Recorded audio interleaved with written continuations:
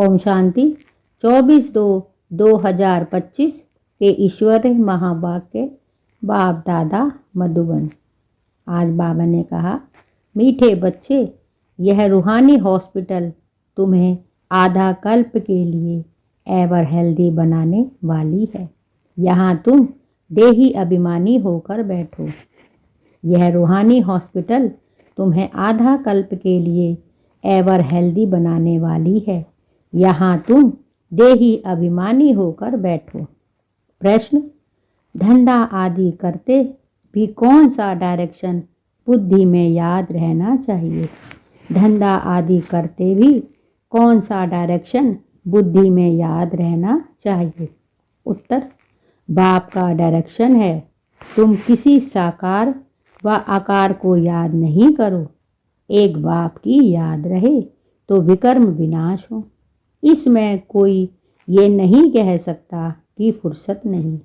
सब कुछ करते भी याद में रह सकते हो। बाप का डायरेक्शन है, तुम किसी साकार व आकार को याद नहीं करो। एक बाप की याद रहे तो विकर्म विनाश हो। इसमें कोई ये नहीं कह सकता कि फुर्सत नहीं। सब कुछ करते भी याद में रह सकते हो। ओम शांति। मीठे मीठे रूहानी बच्चों प्रति बाप का गुड मॉर्निंग। गुड मॉर्निंग के बाद बच्चों को कहा जाता है, बाप को याद करो। बुलाते भी हैं, हे पतित पावन, आकर पावन बनाओ। तो बाप पहले पहले ही कहते हैं, रूहानी बाप को याद करो। रूहानी बाप तो सबका एक ही है। फादर को कभी सर्वव्यापी नहीं माना जाता है। तो जितना हो सके बच्चे पहले पहले बाप को याद करो। कोई भी साकार व आकार को याद नहीं करो सिवाय एक बाप की। यह तो बिल्कुल सहज है ना। मनुष्य कहते हैं हम बिजी रहते हैं, फुर्सत नहीं, परंतु इसमें तो फुर्सत सदैव है।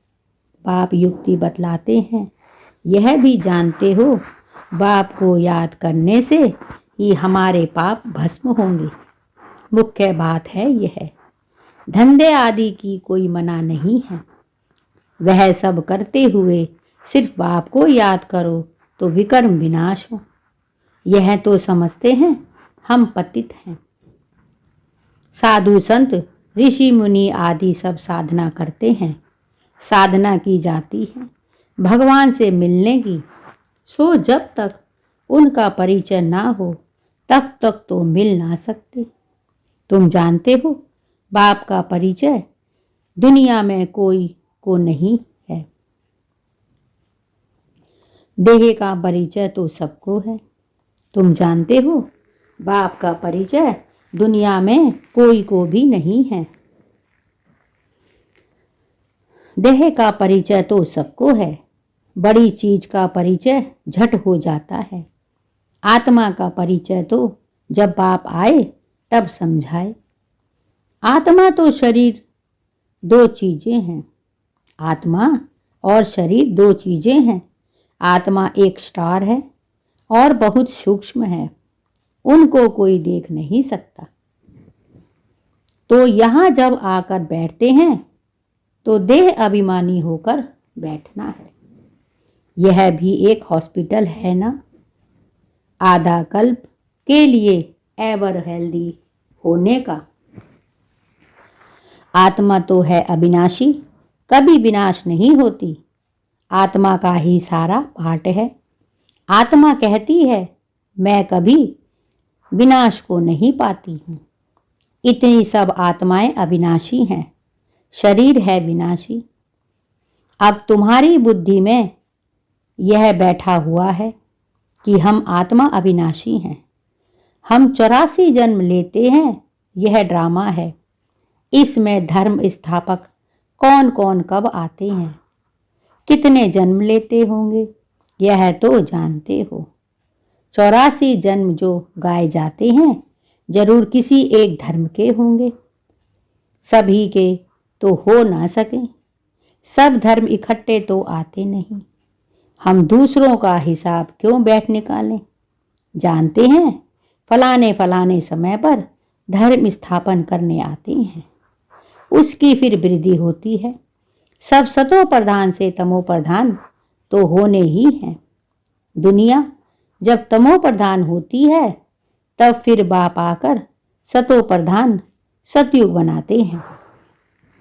अभी तुम बच्चे जानते हो हम भारतवासी ही फिर नई दुनिया में आकर राज्य करेंगे और कोई भी धर्म नहीं होगा। तुम बच्चों में भी जिनको उच्च मर्तबा लेना है वह जास्ती याद में रहने का पुरुषार्थ करते हैं और समाचार भी लिखते हैं कि बाबा हम इतना समय याद में रहता हूँ। कई तो पूरा समाचार लज्जा के मारे देते नहीं, समझते हैं बाबा क्या कहेंगे, परंतु मालूम तो पड़ता है ना। स्कूल में टीचर स्टूडेंट को कहेंगे ना कि तुम अगर पढ़ेंगे नहीं तो फेल हो जाएंगे। लौकिक माँ बाप भी बच्चे की पढ़ाई से समझ जाते हैं यह तो बड़ा स्कूल है, यह तो बहुत बड़ा स्कूल है, यहाँ तो नंबरवार बिठाया नहीं जाता, बुद्धि से समझा जाता है। नंबरवार हो तो होते ही हैं ना। अब बाबा अच्छे अच्छे बच्चों को कहाँ भेज देते हैं, वह फिर चले जाते हैं तो दूसरे लिखते हैं हमको महारती चाहिए, तो जरूर समझते हैं वह हमसे होशियार नामी ग्रामी है। नंबरवार तो होते हैं ना। प्रदर्शनी में भी अनेक प्रकार के आते हैं तो गाइडेंस भी खड़े रहने चाहिए जांच करने के लिए। रिसीव करने वाले तो जानते हैं यह किस प्रकार का आदमी है, तो उनको फिर इशारा करना चाहिए कि इनको तुम समझाओ। तुम भी समझ सकते हो, फर्स्ट ग्रेड, सेकंड ग्रेड और थर्ड ग्रेड सब हैं। यहाँ तो सबकी सर्विस करनी ही है। कोई बड़ा आदमी है तो जरूर बड़े आदमी की खातिरी तो सब करते ही हैं। यह कायदा है। बाप अथवा टीचर बच्चों की क्लास में महिमा करते हैं। यह तो कायदा है। बाप अथवा टीचर बच्चों की क्लास में महिमा करते हैं, यह भी सब बड़ी खातिरी है। नाम निकालने वाले बच्चों की महिमा अथवा खातिरी की जाती है। यह फलाना धनवान है, रिलीजियस माइंडेड है, यह भी खातिरी है ना। अब तुम यह जानते हो ऊंचते ऊंच भगवान है, कहते भी हैं बरोबर ऊंचते ऊंच है, परंतु फिर बोलो उनकी बायोग्राफी बताओ तो कह देंगे सर्वव्यापी है, बस एकदम नीचे कर देते हैं। अब तुम समझा सकते हो सबसे ऊंचते ऊंच है भगवान, वह है मूल वतन वासी, सूक्ष्म वतन में है। देवताएं यहाँ रहते हैं, मनुष्य भगवान वह है मूल वतनवासी, सूक्ष्म वतन में है देवताएं, यहाँ रहते हैं मनुष्य, तो ऊंचते ऊंच भगवान वह निराकार ठहरा। अभी तुम जानते हो हम जो हीरे मिसल थे सो फिर कोड़ी मिसल बन पड़े हैं, फिर भगवान को अपने से भी जास्ती नीचे ले गए हैं, पहचानते ही नहीं हैं। तुम भारतवासियों को ही पहचान मिलती है, फिर पहचान कम हो जाती है। अभी तुम बाप की पहचान सबको देते जाते हो, ढेरों को बाप की पहचान मिलेगी। तुम्हारा मुख्य चित्र है कि यह त्रिमूर्ति गोला झाड़, इनमें कितनी रोशनी है, यह तो कोई भी कहेंगे यह लक्ष्मी नारायण सतयुग के मालिक थे। अच्छा, सतयुग के आगे क्या क्या था यह भी अभी तुम जानते हो। अभी है कलयुग का अंत और है भी प्रजा का प्रजा पर राज्य। अभी रजाई तो है नहीं, कितना फर्क है।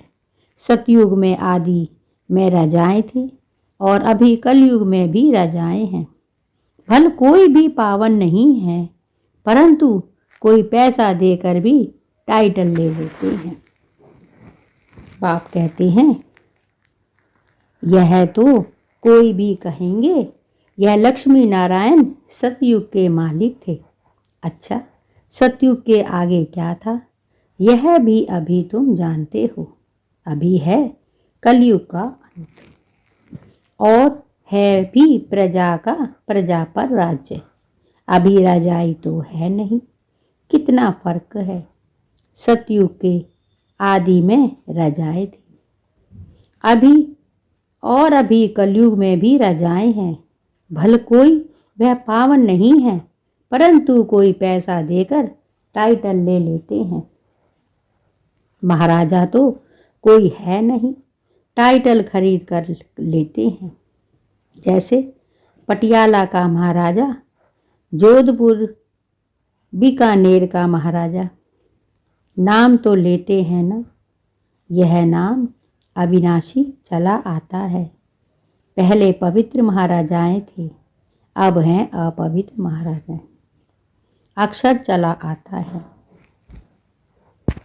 इन लक्ष्मी नारायण के लिए कहेंगे यह सतयुग के मालिक थे। किसने राज्य लिया है? यह नाम अविनाशी चला आता है। पहले पवित्र महाराजाएं थे, अब हैं अपवित्र महाराजाएं। अक्षर चला आता है। इन लक्ष्मी नारायण के लिए कहेंगे यह सतयुग के मालिक थे। किसने राज्य लिया? अभी तुम जानते हो राजाई की स्थापना कैसे होती है। बाप कहते हैं, मैं तुमको अभी पढ़ाता हूँ 21 जन्मों के लिए। वह तो पढ़कर इसी जन्म में ही बैरिस्टर आदि बनते हैं। तुम अभी पढ़कर भविष्य महाराजा महारानी बनते हो। ड्रामा प्लान अनुसार नई दुनिया की स्थापना हो रही है। अभी है पुरानी दुनिया। बाप कहते हैं, ड्रामा प्लान अनुसार नई दुनिया की स्थापना हो रही है। अभी है पुरानी दुनिया। भल कितने भी अच्छे अच्छे महल हैं, परंतु हीरे जवाहरातों के महल तो बनाने की कोई में ताकत नहीं है। भल कितने भी अच्छे अच्छे बड़े महल हैं, परंतु हीरे जवाहरातों के महल तो बनाने की कोई में ताकत नहीं है। सतयुग में यह सब हीरे जवाहरातों के महल बनाते हैं ना। बनाने में कोई देरी थोड़े ही लगती है। यहाँ भी अर्थक्वेक आदि होती है तो बहुत कारीगर लगा देते हैं। 1-2 वर्ष से सारा शहर खड़ा कर देते हैं। नई दिल्ली बनाने में करके 8-10 वर्ष लगे, परंतु यहाँ के लेबर और वहाँ के लेबर्स में तो फर्क रहता है ना। आजकल तो नई नई इन्वेशन भी निकालते रहते हैं। मकान बनाने की साइंस का भी जोर है। सब कुछ तैयार मिलता है, झट फ्लैट तैयार, बहुत जल्दी जल्दी बनते हैं। तो यह सब वहाँ काम में तो आते हैं ना। यह सब साथ साथ चलने हैं। संस्कार तो रहते हैं ना। यह साइंस के संस्कार भी चलेंगे। तो अब बाप बच्चों को समझाते हैं, रहते हैं। पावन बनना है तो बाप को याद करो। बाप भी गुड मॉर्निंग कर फिर शिक्षा देते हैं। बच्चे बाप की याद में बैठे हो, बच्चे बाप की याद में बैठे हो, चलते फिरते बाप को याद करो, क्योंकि जन्म जन्मांतर का सिर का पर बोझा है। क्योंकि जन्म जन्मांतर का सिर पर बोझा है। सीढ़ी उतरते उतरते 84 जन्म लेते हैं। अभी फिर एक जन्म में चढ़ती कला होती है। जितना बाप को याद करते रहेंगे उतना खुशी भी होगी, ताकत मिलेगी। बहुत बच्चे हैं जिनको आगे नंबर रखा जाता है, परंतु याद में बिल्कुल रहते नहीं हैं। बल ज्ञान के तीखे हैं, परंतु याद की यात्रा है नहीं। बाप तो बच्चों की महिमा करते हैं, यह भी नंबर 1 में है, तो जरूर मेहनत भी करते होंगे ना। तुम हमेशा समझो कि शिव बाबा समझाते हैं तो बुद्धि योग वहाँ लगा रहे, यह भी सीखता तो होगा ना। फिर भी कहते हैं बाबा याद को याद करो, किसको भी समझाने के लिए चित्र है। भगवान कहा ही जाता है निराकार को, वह आकर शरीर धारण करते हैं। एक भगवान के बच्चे सब आत्माएं भाई भाई हैं। अभी इस शरीर में विराजमान है, सभी अकाल मूर्त हैं। यह अकाल मूर्त आत्मा का तख्त है। अकाल तख्त और कोई खास चीज नहीं है, यह तख्त है अकाल मूर्त का। भ्रिकुटी के बीच में आत्मा विराजमान होती है, इसको कहा जाता है अकाल तख्त। बाप कहते हैं अकाल तख्त कोई खास चीज नहीं है, यह तख्त है अकाल मूर्त का। भ्रिकुटी के बीच में आत्मा विराजमान रहती है, इसको कहा जाता है अकाल तख्त। अकाल तख्त अकाल मूर्त का। आत्माएं सब अकाल हैं, कितनी अति सूक्ष्म है। बाप तो है निराकार, वह अपना तख्त कहाँ से लाएं। बाप कहते हैं मेरा भी यह तख्त है, मैं आकर इस तख्त का लोन लेता हूँ। ब्रह्मा के साधारण बूढ़े तन में अकाल तख्त पर आकर बैठता हूँ। अभी तुम जान गए हो, सब आत्माओं का यह तख्त है। मनुष्य की ही बात की जाती है, जानवरों की तो बात नहीं। पहले जो मनुष्य जानवर से भी बदतर हो गए हैं, वह तो सुधरे। कोई जानवर की बात पूछे, बोलो पहले अपना तो सुधार करो। सतयुग में तो जानवर भी बड़े अच्छे अच्छे फर्स्ट क्लास होंगे, कीचड़ा आदि कुछ भी नहीं होगा। किंग के महल में कबूतर आदि का कीचड़ा हो तो दंड डाल दे, जरा भी कीचड़ा नहीं। वहाँ बड़ी खबरदारी रहती है, पहरे पर रहते हैं, कभी कोई जानवर आदि अंदर घुस ना सके। बड़ी सफाई रहती है। लक्ष्मी नारायण के मंदिर में भी कितनी सफाई रहती है। शंकर पार्वती के मंदिर में कबूतर भी दिखाते हैं, तो जरूर मंदिर को भी खराब करते होंगे। शास्त्रों में तो बहुत दंत कथाएं लिख दी हैं। अभी बाप बच्चों को समझाते हैं, उनमें भी थोड़े हैं जो धारणा कर सकते हैं, बाकी तो कुछ नहीं समझते। बाप बच्चों को कितना प्यार से समझाते हैं। बच्चे बहुत बहुत मीठे बनो, मुख से सदैव रत्न निकालते रहे। तुम हो रूप बसंत, तुम्हारे मुख से पत्थर नहीं निकलने चाहिए। आत्मा की ही महिमा होती है। आत्मा कहती है मैं प्रेसिडेंट हूँ, फलाना हूँ, मेरे शरीर का नाम यह है। अच्छा, आत्माएं किसके बच्चे हैं?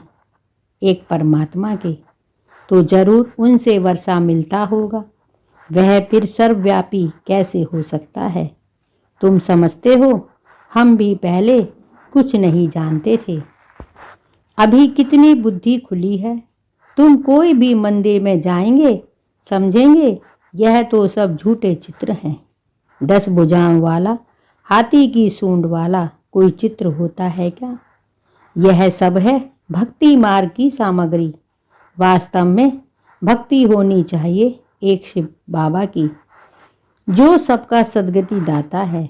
तुम्हारी बुद्धि में यह लक्ष्मी नारायण भी 84 जन्म लेते हैं, फिर ऊंचते ऊंच बाप ही आकर सबको सद्गति देते हैं।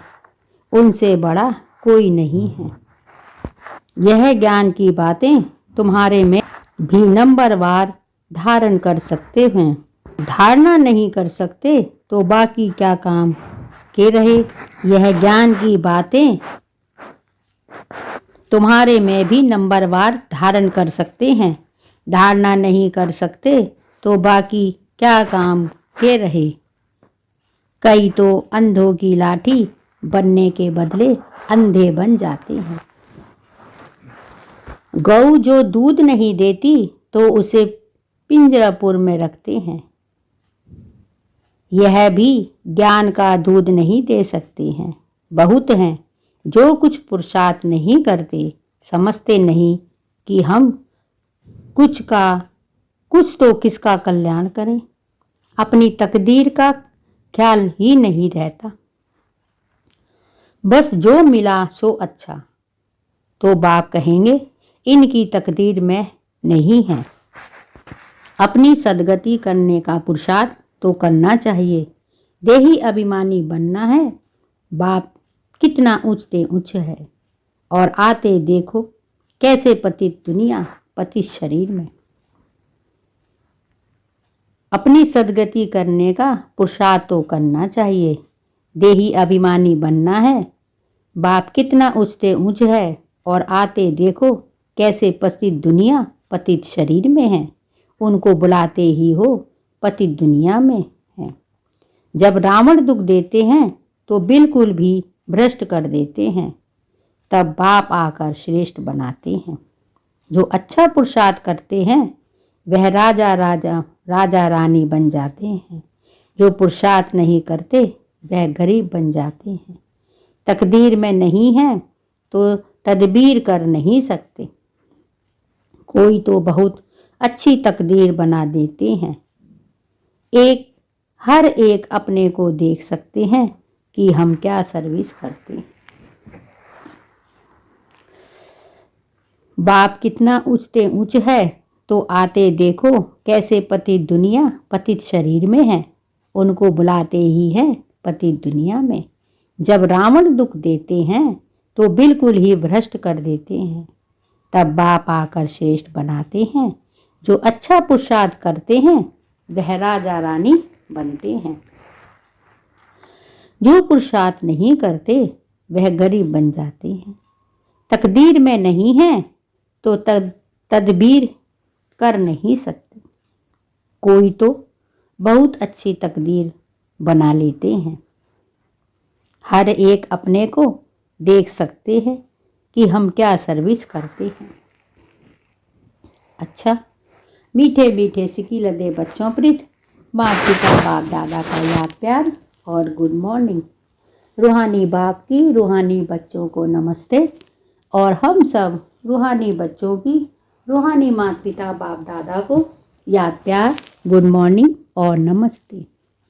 धारणा के लिए मुख्य सार। 1. रूप बसंत बन मुख से सदैव रत्न निकालने हैं। बहुत बहुत मीठा बनना है। कभी भी पत्थर कटु वचन नहीं निकालना है। रूप बसंत बन मुख से सदैव रत्न निकालने हैं। बहुत बहुत मीठा बनना है। कभी भी पत्थर कटु वचन नहीं निकालना है। 2. ज्ञान और सहयोग में तीखा बन अपना और दूसरों का कल्याण करना है। अपनी उच्च तकदीर बनाने का पुरुषार्थ करना है। ज्ञान और योग में तीखा बन अपना और दूसरों का कल्याण करना है। अपनी ऊंची तकदीर बनाने का पुरुषार्थ करना है। अंधों की लाठी बनना है। अंधों की लाठी बनना है।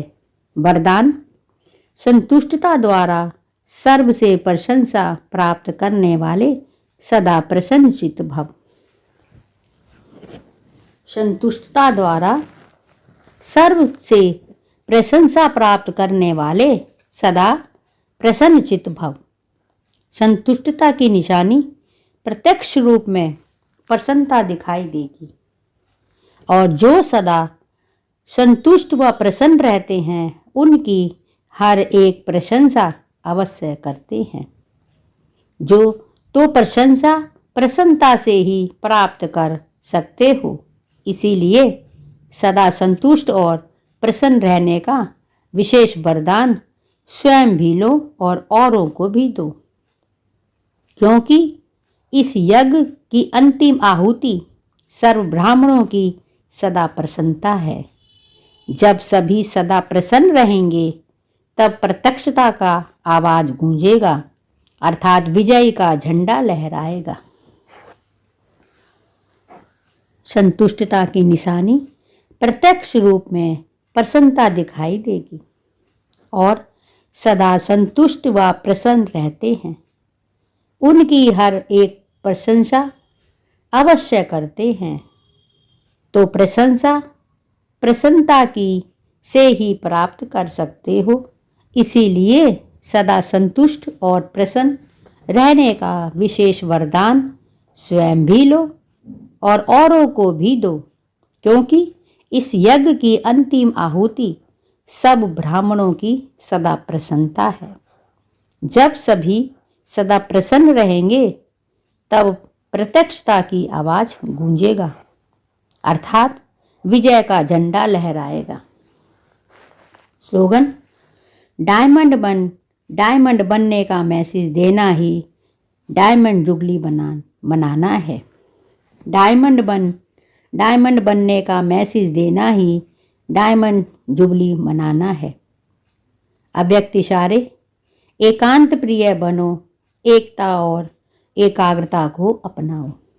एकांत प्रिय बनो, एकता और एकाग्रता को अपनाओ।